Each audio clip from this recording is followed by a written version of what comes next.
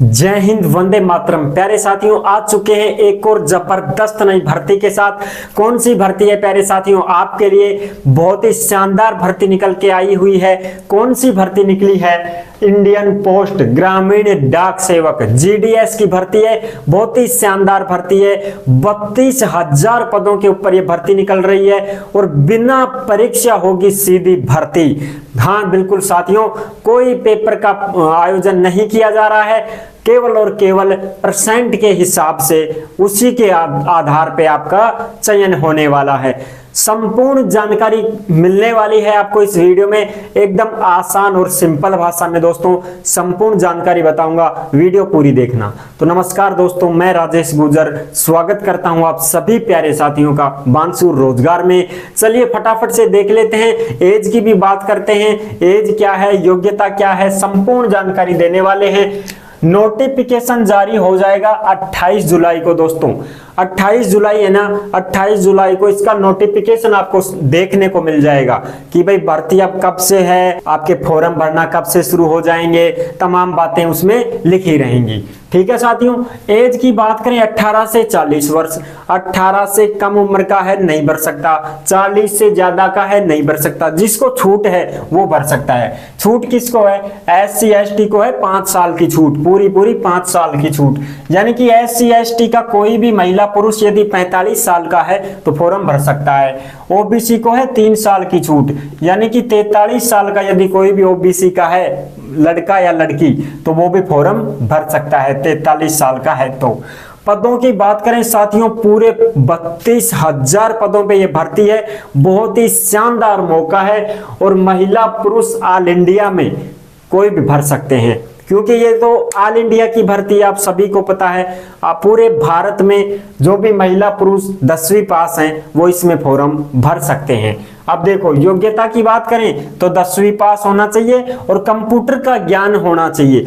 Diploma की बात नहीं की गई है कि भाई आपके पास डिप्लोमा जरूरी है, अनिवार्य है, ये बातें नहीं हुई। बस आपको ज्ञान होना चाहिए। मोबाइल चलाते हो उतना तो ज्ञान रहता ही है, कंप्यूटर भी चला दोगे थोड़ा बहुत तो इतना ज्ञान तो सभी को रहता है। छोटा सा बच्चा भी आजकल तो मोबाइल के बगैर खाना नहीं खाता है, तो ये तो सबको चलाने आते हैं। ठीक है साथियों, अच्छा जी, कोई दिक्कत नहीं। यदि कोई डिप्लोमा आपके पास है कंप्यूटर का तो आप लगा भी सकते हैं। अपनी योग्यता को दर्शाने का मौका सबको मिलता है।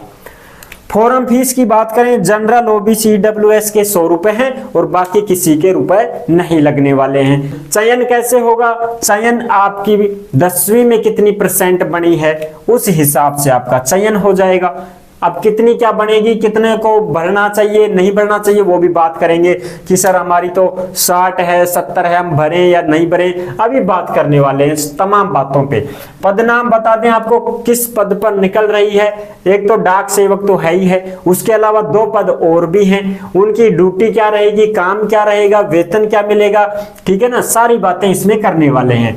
देखो, ब्रांच पोस्ट मैनेजर BPM एक पद ये है। BPM 3 पदों पे निकल रही है, 1, 2 और 3।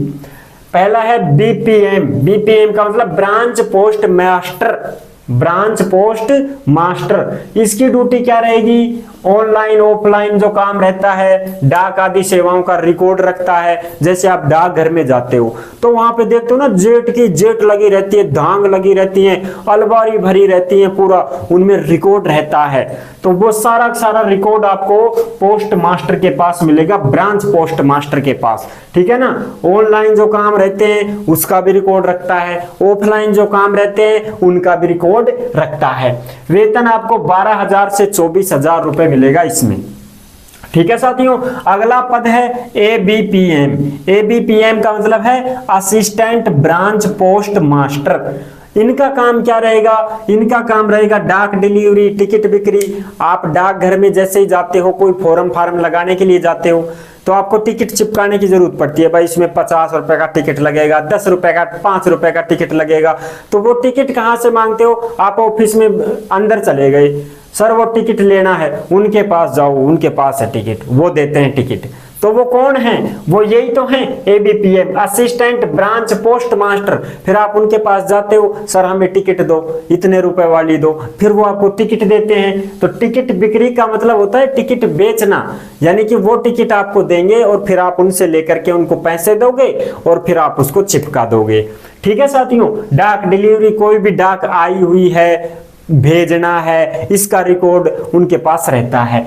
वेतन 10,000 से 24,000 इसका वेतन रहेगा। अच्छा, अगला है डाक सेवक, जिसको सब जानते हैं। डाक सेवक यानी डाकिया, डाक सेवक यानी डाकिया, सब जानते हैं डाकिया का क्या काम होता है। चिट्ठी पत्री आती हैं, हम भेजते हैं, ठीक है, तो उनको कहाँ भेजना है, क्या करना है, वो सब डाकिया ही करता है। तो जो भी चिट्ठी पत्री अपने नाम से आई है तो उसको अपने घर देने आएगा, अपने को संभालेगा उसको, ले भाई संभाल, तेरी चीज तू संभाल। फिर अपने से साइन करवाता है कि भाई अब इस पर साइन कर कि भाई मैं इसको ले चुका हूं, मैंने डाक प्राप्त कर ली है, अपने हाथों से साइन करने हैं। बिल्कुल ये काम रहता है। कोई योजना चलती है तो उन योजनाओं को बताना है। अपने ग्रामीण डाक सेवक है ना, ये गांव में जाएंगे, डाक विभाग में लगेंगे तो गांव में ड्यूटी रहेगी, गांव में पोस्ट पहले होता था ना, पेंशन भी बांटने आते थे डाकिए। अब तो पेंशन ने क्या हो गया कि अब ऑनलाइन हो गई, बैंकों में आती है। पहले पेंशन भी ये डाकिए ही दे के जाते थे, जो वृद्धावस्था की पेंशन मिलती है बूढ़े बुजुर्ग आदमियों को, तो यही बांटा करते थे।